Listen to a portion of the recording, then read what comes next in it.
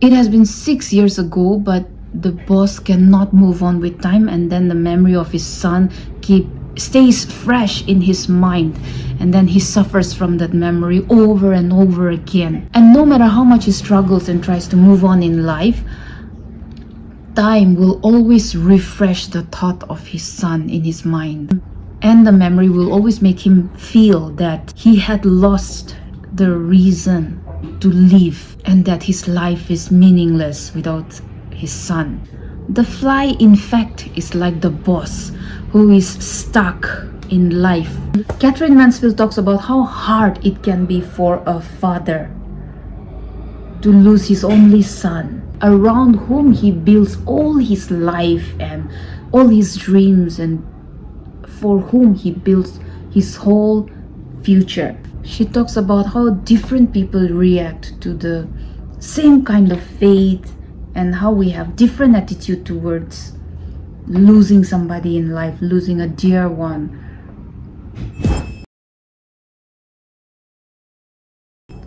Welcome to another new video. People face similar kinds of situations, but not everyone reacts the same way. Many elderly people, after their children are grown up, they take pride in showing off their possession. The boss in this story is one such character. His only son died in a war, and it was his greatest loss. Mr. Woodifield, who was the other character in this story, The Fly, was also an old man whose son died in a war, just like the boss. Mr. Woodifield was not just an employee of the boss, but he was also a friend. Woodifield retired from his job after suffering from a stroke, and ever since that day, his wife and daughters cleaned him up and always kept him indoors. But he was only allowed to go outside on Tuesdays, and the wife and daughter imagined that when he went out on that day, when he went to town, they imagined that he would be making a nuisance of himself, making a fool out of himself. Katherine Mansfield, the writer, says that when a person grows older, he is like a tree that likes to cling to its roots. Mr. Woodifield also remembers his fondest days of working with the boss, and on Tuesdays when he was allowed to go out, he loved to visit the boss and have a chat with him. And the boss was happy to meet him. He loved to show off his possession to Woodifield, and he talked about them. He talked about all his possession except that photograph on the table. That photograph had been there for over 6 years now. It was a photograph of his dead son. The narrator goes on to say that the photograph, the boy in that photo looked serious and had a grave look in uniform, army uniform. As the boss and Woodifield were sitting and talking, Mr. Woodifield said that there's something I wanted to tell you. When I came out in the morning, I remember that I had something to tell you, but right now it does not strike my mind.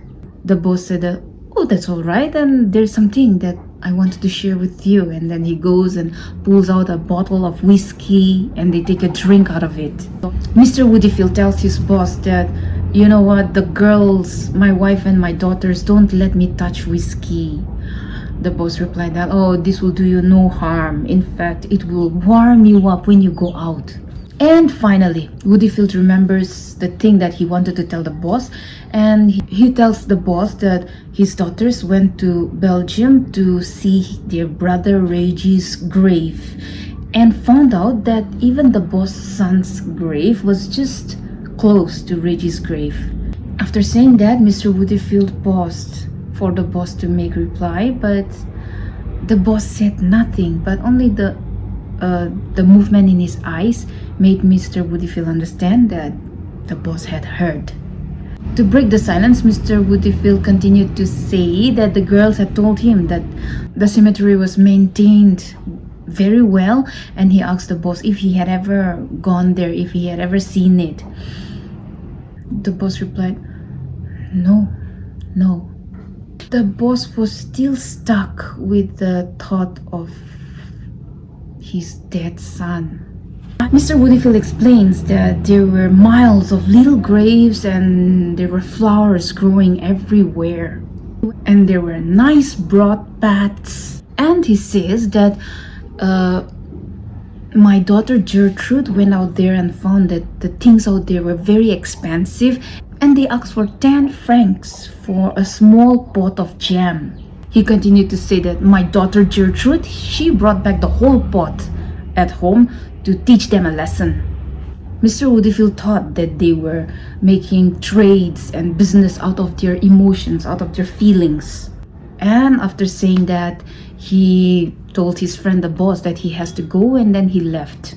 Mr. Woodifield left, but the boss was overcome by such great emotions, the loss of his son, about the past, and about how he regrets that his son is no more.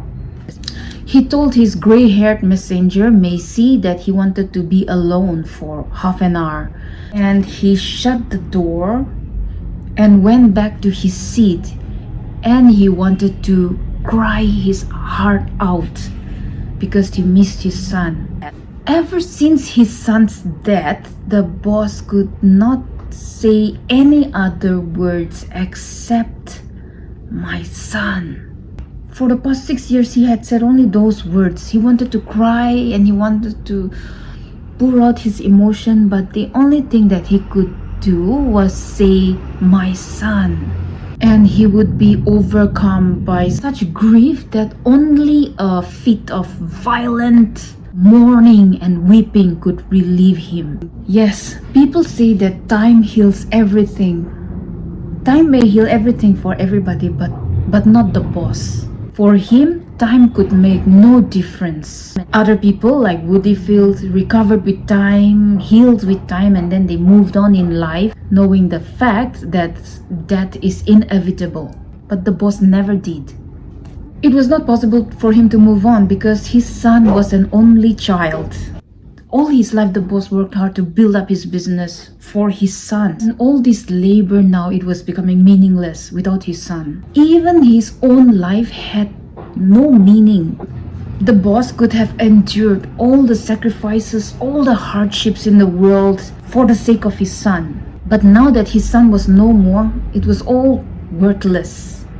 There was no one to be his heir. The boy had to join as a soldier because war broke out. Just a year before the war broke out, the boy was getting into business with his father. They went to the office together. They went by the same train and they came back home together. And the people in the office, they loved how well-mannered his son was. And they appreciated him. Everyone praised and admired his smart son so much that he was so proud of him. He was praised by a lot of people, and though he was going to be the boss after his father, he was always humble and had always appreciated other people's work by saying, simply splendid. The boss was very contented with his life and with his son. He had lots of dreams and ambition in his mind, but his world soon fell apart with his son's death. It was 6 years ago, but to him it still seemed just like yesterday. The boss remembered all these past memories and was looking at the photograph of his son when suddenly he saw a fly. A fly had fallen into his ink pot and was struggling to get out of the ink pot. The boss took a pen and picked the fly and put it on a blotting paper or a tissue paper. And when finally the fly dried itself and was ready to fly again, the boss had other plans. He put another drop of heavy ink on the fly and watched as the fly struggled to get out of that big drop of ink. And as the fly was struggling, he began to say that that's how you should tackle with life. That's how it should be done. That's the right spirit. Never say die. Maybe the boss was unconsciously thinking of his son's situation and thought that maybe if the boy put up a fight, maybe he could have escaped death. And when the fly finally got out of danger and was again ready to fly again, the boss again put another drop of ink over the fly and looked at how it struggled. The fly was tired and feeble and weak already, but somehow it tried to manage and escape from the drop of ink, and the boss put a third and final drop of ink over the fly, killing the fly. And when the fly did not stir or move, he picked up the fly and then stir it up, saying, come on, move, come on, you can do it, saying, look sharp or be smart. But the fly was dead, so he picked up the fly with a pen knife and threw it in the waste paper bin. Many a times we feel overwhelmed by some sad emotions or some bad emotions like angry or sad or feeling shameful, and then we pour out that emotion in the form of anger on an innocent person or someone who has nothing to do with it. We pour out our anger on the wrong person. And the boss had this type of attitude. In the end of the story, he tells Missy to go out and look for a blotting paper, some more blotting paper or tissue paper, and then out of nowhere he tells Missy to look sharp about it, be smart about it. Here Mr. Woodifield and the boss, they were both fathers of children or sons who lost their lives in the war, but their difference lie in their attitude towards life and death. Mr. Woodifield accepts the fact that death is inevitable and life goes on, and then he moves on with time, he heals with time. On the other hand, the boss is stuck in the past and he cannot move on. He still thought about how he lost his son 6 years ago, and he still felt that his son could have done something about it. We can say that Mr. Woodifield was optimistic in life while the boss was pessimistic. That was a short discussion on Katherine Mansfield, The Fly. I'll see you in the next video.